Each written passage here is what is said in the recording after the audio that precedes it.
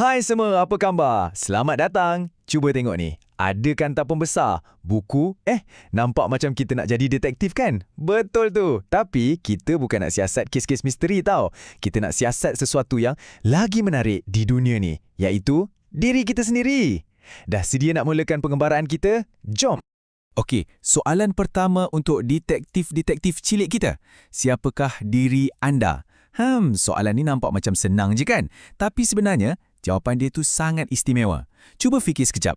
Nama awak, hari jadi awak, kat mana awak tinggal, semua ni dia macam kepingan-kepingan puzzle tau. Yang bila kita cantumkan, ia akan menceritakan siapa diri awak. Dan yang paling best, setiap orang ada jawapan yang berbeza-beza. Jadi, semua maklumat yang kita sebut tadi tu, macam nama, umur, tempat tinggal, sebenarnya ada satu perkataan hebat untuk gabungkan semua tu. Perkataan tu ialah biodata. Bunyinya macam perkataan rahsia pula kan? Jom kita buka kunci rahsia ni sama-sama dan kita fahamkan apa sebenarnya biodata ni. Okey, jadi apa sebenarnya biodata diri ni?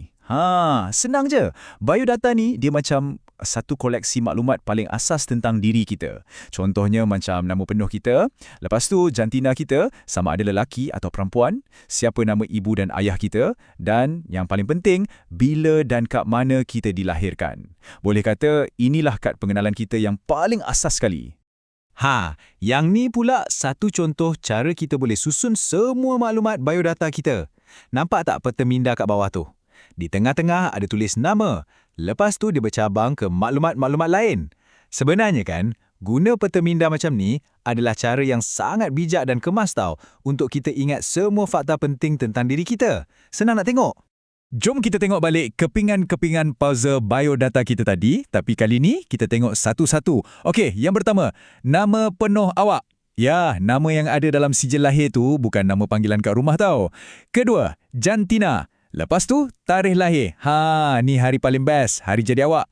Kemudian, tempat lahir dan sudah tentulah nama ibu dan bapa kita yang tersayang.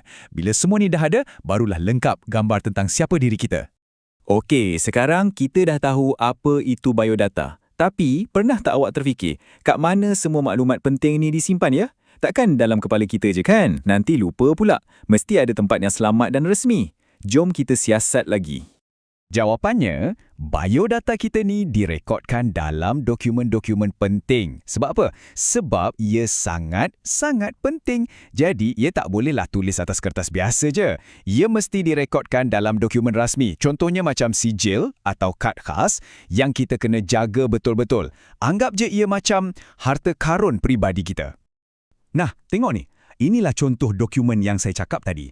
Sebelah kiri tu, kita ada sijil kelahiran. Besar kan? Sebelah kanan pula, ada kad MyKid yang comel tu.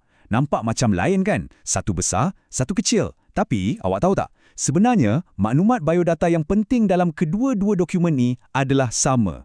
Wow, hebat kan? Okey, jom kita tengok dekat sikit sijil kelahiran ni. Dokumen ni, dia macam satu rekod istimewa yang menceritakan permulaan hidup kita. Inilah dokumen rasmi yang pertama sekali yang membuktikan kewujudan kita di dunia ni. Nama kita, tarikh lahir kita, nama ibu bapa, semuanya ditulis kat sini buat kali pertama. Sangat-sangat istimewa tau. Sekarang, jom kita kenal pula dengan MyKid. Ini macam kad pengenalan versi comel, khas untuk kanak-kanak macam awak semua. Saiz dia kecil, jadi senang nak bawa ke mana-mana, tak macam sijil lahir yang besar tadi.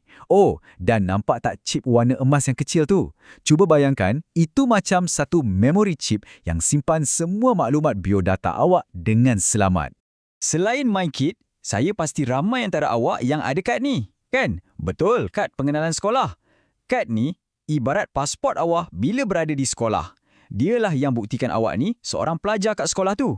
Contohnya, bila awak nak pinjam buku kat perpustakaan atau nak masuk makmal komputer, tunjuk je kad ni. Kan ada nama dan nombor pendaftaran awak kat situ. Baiklah, detektif-detektif sekalian. Kita dah tahu apa itu biodata dan kita dah tahu kat mana nak cari harta karun peribadi kita ni. Tapi, ada satu lagi soalan besar, iaitu kenapa semua ni penting sangat? Kenapa kita kena jaga sijil lahir dan MyKid kita elok-elok? Jom kita rungkai misteri terakhir ni. Inilah jawapannya. Sebenarnya, biodata kita ni macam satu kunci utama yang boleh buka banyak pintu untuk urusan penting. Contohnya, masa awak nak daftar masuk sekolah, awak perlukan sijil lahir. Nak buat apa-apa urusan rasmi, awak perlukan dokumen pengenalan diri. Nanti bila dah besar sikit, nak buka akaun simpanan kat bank pun, perlukan dokumen yang sama juga. Nampak tak? Tanpa biodata rasmi ni, banyak urusan penting tak dapat kita buat. Okey semua, nampaknya pengembaraan kita dah sampai ke penghujungnya. Tapi, sekarang ni giliran awak pula untuk jadi pakar biodata. Apa kata, awak ambil sehelai kertas dan pensel dan cuba lukis peta minda tentang diri awak sendiri.